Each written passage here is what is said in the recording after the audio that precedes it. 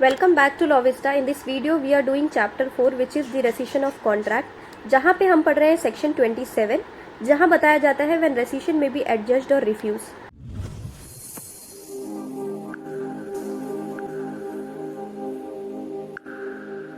अब ये हमें सेक्शन 27 में बताया जा रहा है कि रेसिशन कब कब एडजस्ट हो सकता है और कब कब रिफ्यूज हो सकता है, कब कब कोर्ट उसे डिसाइड करेगी और कब कब डिसाइड करने से मना कर देगी।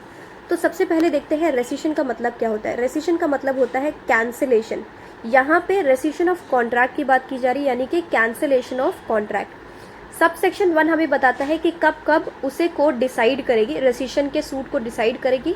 सब सेक्शन 2 बताता है कि कब कब रेसिशन के सूट को डिसाइड नहीं किया जाएगा। सब सेक्शन 1 कहता है कि कोई भी पर्सन जो कॉन्ट्रैक्ट में इंटरेस्टेड है वो सूट फाइल करके उस कॉन्ट्रैक्ट को रेसिड करवा सकता है और वो रेसिशन एडजस्ट किया जाएगा। दो सर्कमस्टांसेस यहाँ पे बताई गई है। सबसे पहला, where the contract is voidable और टर्मिनेबल बाय द प्लेंटिफ। अगर प्लेंटिफ के ऑप्शन पे वो कॉन्ट्रैक्ट वॉइडेबल है या टर्मिनेबल है तो कोर्ट उस सूट के अंदर उस कॉन्ट्रैक्ट को रेसिड कर देगी, यानी उस कॉन्ट्रैक्ट को नलीफाई कर देगी, उस कॉन्ट्रैक्ट को कैंसिल आउट कर देगी। तो यहाँ पे एक एग्जाम्पल के थ्रू जो हमारा क्लॉज ए है उसे समझते हैं। सबसे पहले देखते हैं, ए और बी ने एक कॉन्ट्रैक्ट किया जिसके थ्रू ए बी को अपना एक फ्लैट सेल करने के लिए कॉन्ट्रैक्ट करता है और बी उसका जो पेमेंट है वो देने के लिए अग्री करता है। ए और बी का कॉन्ट्रैक्ट है। बाद में बी को ये पता चलता है कि जो फ्लैट ए ने मुझे सेल करने के लिए अग्रीमेंट किया है वो फ्लैट ऑलरेडी मॉर्गेज किया हुआ है किसी थर्ड पर्सन को।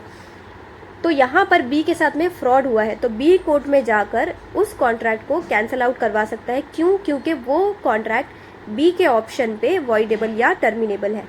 सबसेक्शन 2 क्या कहता है कि कॉन्ट्रैक्ट जो है वो अनलॉफुल तो है, लेकिन जो कॉज है, जिस वजह से वो कॉन्ट्रैक्ट अनलॉफुल है, उस वजह के लिए डिफेंडेंट को ज़्यादा ब्लेम किया जा सकता है। तो इसे भी हम देखते हैं एक एग्जाम्पल के थ्रू। फॉर एग्जाम्पल कि ए और बी ने एक कॉन्ट्रैक्ट किया, उसकी वजह से ए बी को अपनी प्रॉपर्टी लीज पर देता है। बी ये श्योरिटी देता है कि वो उस प्रॉपर्टी को रेसिडेंशियल पर्पस के लिए यूज़ करेगा। बाद में ए को पता चलता है कि बी ने उस प्रॉपर्टी को गैम्बलिंग के लिए यूज़ किया है, यानी बी उस प्रॉपर्टी पे इलीगल काम कर रहा है, इलीगल पर्पस के लिए उस प्रॉपर्टी को यूज़ कर रहा है। अब ए कोर्ट में जाता है, जिसकी वजह से कोर्ट को क्या दिखता है कि जो कॉन्ट्रैक्ट है वो अनलॉफुल तो है, लेकिन यहाँ पर जो डिफेंडेंट है उसे ज़्यादा ब्लेम किया जा सकता है एज कम्पेयर टू प्लेंटिफ। क्यों? क्योंकि जब प्लेंटिफ ने बी को वो प्रॉपर्टी दी लीज पर, तो बी ने तो ये अश्योरिटी दी थी कि वो उस प्रॉपर्टी को रेसिडेंशियल पर्पस के लिए यूज़ करेगा, लेकिन बाद में वो उसे इलीगल पर्पस के लिए यूज़ कर रहा है। तो ऐसे केस में भी कॉन्ट्रैक्ट को कैंसिल आउट किया जा सकता है। सेक्शन 2 क्या कह रहा है? Not with standing anything contained in subsection 1, court में रिफ्यूज टू रेसिड द कॉन्ट्रैक्ट। अब सबसेक्शन 2 में हमने पहले ही देख लिया कि सबसेक्शन 2 में वो सिचुएशन बताई जा रही है जहाँ पर उस रेसिशन को रिफ्यूज किया जाएगा बाय द कोर्ट। तो पहला clause, where the plaintiff has expressly और इम्प्लाइडली रेटिफाइड द कॉन्ट्रैक्ट। इसी एग्जाम्पल को देखते हैं क्लॉज ए में कि अगर प्लेंटिफ को, यानी कि जो ए पर्सन है, उसे बाद में पता चलता है कि बी उस प्रॉपर्टी को इलीगल पर्पस के लिए यूज़ कर रहा है और प्लेंटिफ उससे रेंट लेते रहता है, यानी उसने उस कॉन्ट्रैक्ट को रेटिफाई कर दिया है, उस कॉन्ट्रैक्ट को उसने एक्सेप्ट कर लिया है। तो ऐसे केस में जब बाद में ए कोर्ट में जाता है कैंसिलेशन के लिए, तो कोर्ट उसे रिफ्यूज कर देगी।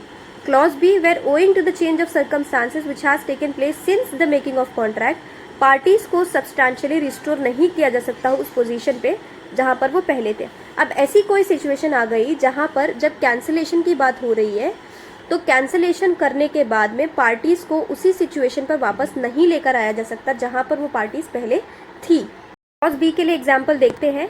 फॉर एग्जाम्पल के ए और बी ने कॉन्ट्रैक्ट किया जिसके थ्रू ए बी को कहता है कोई गुड्स सेल करने के लिए। अब वो गुड्स पेरिशेबल नेचर की है। बाद में क्या होता है कि बी कोर्ट में जाता है और उसके रेसिशन के लिए सूट फाइल करता है कि ए ने वो कॉन्ट्रैक्ट को परफॉर्म नहीं किया है या फिर वो फ्रॉड था, ऐसी कोई सिचुएशन होती है और बी कोर्ट में जाता है और कहता है कि इस कॉन्ट्रैक्ट को रेसिशन करना है। अब वो गुड्स तो पेरिशेबल नेचर के थे, इसलिए वो ख़त्म हो गए। तो अब पार्टीज को दोबारा से सेलर और बायर की पोजीशन पे नहीं लेकर आया जा सकता, क्योंकि जो गुड्स थे, जो सब्जेक्ट मैटर था कॉन्ट्रैक्ट का, वो ही खत्म हो गया। तो क्लॉज बी, आई होप इसका जो एग्जांपल है वो समझ आया होगा।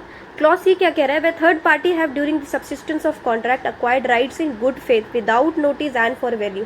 अगर कॉन्ट्रैक्ट के सबसिस्टिंग, जब कॉन्ट्रैक्ट सबसिस्ट कर रहा था, जब कॉन्ट्रैक्ट था एग्जिस्टेंस में, उस वक्त किसी थर्ड पर्सन ने उस कॉन्ट्रैक्ट में कोई राइट अक्वायर कर लिया है without notice, for value and in good faith. ये तीनों ही कंडीशंस है, तीनों ही कंडीशंस को आपको ध्यान से पढ़ना है। प्री में ऐसे क्वेश्चंस बन सकते हैं।